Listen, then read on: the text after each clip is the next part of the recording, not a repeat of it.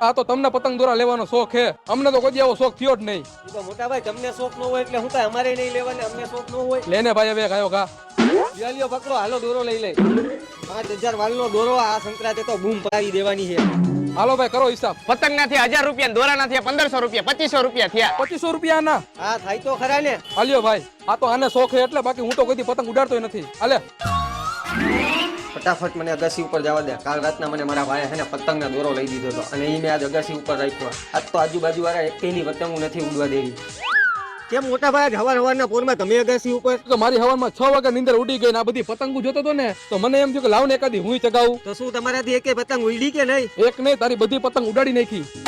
તો મારો દોરો? તારો દોરો થોડોક ઉડ્યો હોય લંગરીએ નાખવા જેટલો. તો તમને તો મોટા ભાઈ પતંગ દોરો ઉડાડવાનો શોખ નતો ને? એ તો હું મસ્તી કરતો હતો.